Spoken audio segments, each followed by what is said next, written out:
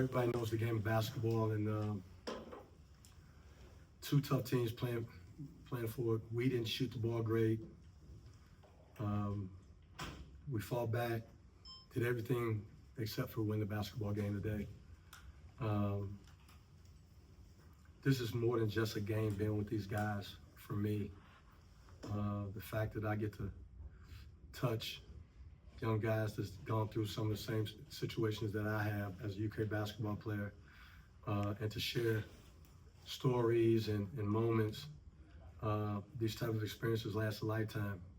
Unfortunately, we came up short, especially at home. That hurts even more, but came down to free throws and just didn't get it done. But these guys have shown class. Fighting. This whole deal, as you see, is very emotional. But off the court, these guys have done exactly what we want. They've represented us as good as you can do. It's a joy for me to have this opportunity. Just unfortunate we just came up a little bit short. Any questions? Coach, can you just talk about Big Blue Nation showing up for you guys day in and day out? That's what hurts more than anything. It's not, yeah, we're playing for $1 million, but to play in front of these fans and to have these fans show up like they do, man, it's a surreal experience, and these guys really appreciate it, and they're in there right now act like they lost a game in the NCAA tournament. It hurts them, just like they did when they played. So nothing changes with Kentucky basketball.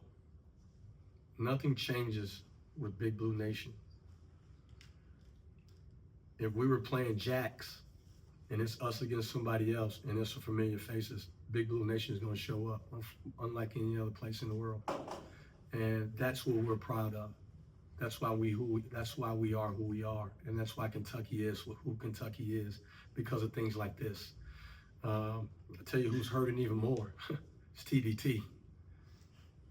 Because they're not going to get another crowd like this. They're not going to get this type of action. They're not going to get this type of coverage. But it was a great experience. Unfortunately, it ended like this. It's always a blast to bring back guys. If it's just an autograph session, a barnstorming event, or just getting together playing golf, it's always unique when guys who ran on that court in Rupp Arena and wore their uniform. It's always a unique experience when we all come together, and this is no different. Coach, talk us through that fourth quarter run. Obviously, struggled to shoot the ball, struggled to get things going, but I don't know what had happened. Did you change anything? Did the guys just start to click? Well, I did. I just told them, listen, we got to do it my way now. We start running things. We start getting ball movement. We start playing off pick and rolls. We start getting action to where now we don't have to just dance with it and settle for something.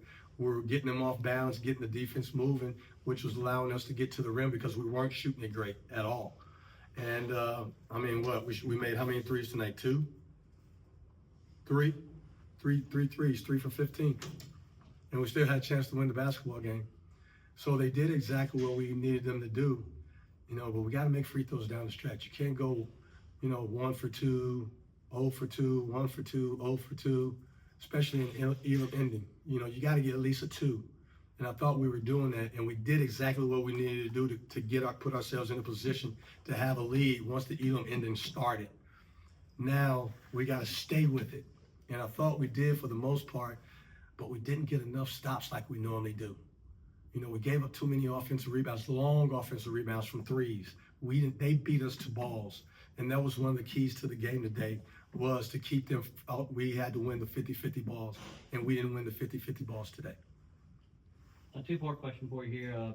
One, just what you said about Willie's performance from the field, leading rebounds, and then two, kind of how is he doing after that? He's upset. He's really upset. But this is the game like last year where he started to come on and started to get his legs under him a little bit. And that's what he showed tonight, dunking, running the floor, finishing. And now he's mad because now he finally got his body back right. Now it's over. But man, Willie's Willie. You know what I'm saying? Willie's like our Dennis Rodman. You know, it doesn't take much for him to do what he does. You know what I'm saying? His package is his package. And he stays within who he is. So he doesn't have to do a whole bunch of other things to get ready for a game.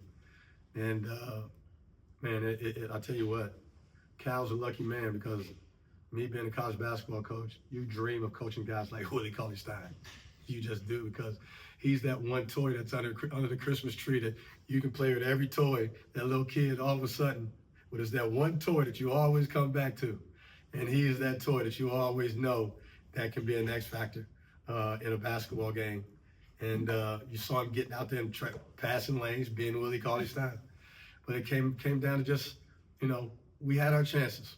You know what I'm saying? We can't knock that. We had our chances. We just didn't capitalize on our chances, and especially at the free throw line. And then talking about Khalil, a two-part question. One, was it the game plan that they didn't kind of feed it to him? And then can you also just kind of talk I told the guys, because he was our most consistent scorer. And he's the one who's really the best at coming downhill and creating his own shot. So I just created ISOs for him to take a guy one-on-one on a clear out on the other side. And he delivered every single time coming down the stretch. So, you know, that sometimes when you got guys like this, you know, some guys try to overcoach and do this and do that. Man, you know, it's just like Doug Collins said when Michael Jordan, you know, was killing, you know, give him the ball and get the you-know-what out of the way. And that's exactly what type of game this was for Khalil. Couple more questions. Obviously, we all know Khalil's time here at Kentucky was even shorter than most one-and-dones. How kind of special was it maybe for you to see him have this moment despite not getting the win? It's always special because he wore a uniform. You know what I'm saying?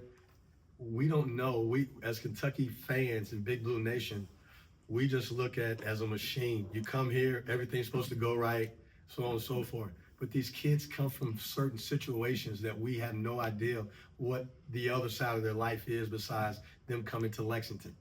You know, and from what I understand, I don't know everything, but that was the main reason. And you see, he hurried up and came back, and he played with pride, just like he had been playing 4 years here. This place is special, man. It's very special, and it's special because what you saw out there in those stands. You know, that's what makes this place special, more than any place in the world. DJ Burns never played a drop. He played with me 1 year. We came here and played Kentucky when he played for Mid-Southern, okay? But look how the Big Blue Nation got into his soul. You know, this is unique, man. It's unique, and we had the right group of guys. You know, unfortunately, Lamb went out with a strain injury. We didn't have DeAndre Liggins so our bench started to get a little, you know. I'll tell you what, even a hometown kid who grew up right down the street, you know, who was Henry Clay's all-time leading scorer. Tell you what, he's a mainstay in this tournament. He gave us something every time he came into the game. You know, and that's big, and that's something that, you know, Henry Clay and Lexington, Kentucky. This is Lexington, Kentucky, and this is Kentucky. And this kid grew up dreaming of playing at Kentucky, didn't get an opportunity, went to the next best thing in Northern Kentucky, became their all-time leading scorer, and all of a sudden he goes to Missouri and he plays great against Kentucky and Rupp. So, you know, it doesn't get any better than this. Unfortunately, we just didn't finish today. I knew it was going to be a tough one, but I thought it was going to be just like this. They were wore down because they weren't as deep. We just didn't finish it. That's all it is. One more question. Anyone? You talk about guys that have worn the jersey, the next generation of Wildcats. You probably didn't notice, but they were first row and they were into it. How special is that to kind of bridge the gap maybe between the past and the present? It's very important. You know what I'm saying? You can't run from it. You make a stay away from it, but you can never get away from it because it's who you are. You know, I've been knowing Jack Givens, Kyle Macy, Rick Roby. I know those guys. Those guys are to me what I am to these guys. You know, so it's a chain, and everybody respects one another because they wore that uniform. They know what it feels like when that crowd's cheering and it gives you chills. You know, that crowd got us back in this game. And I knew it would.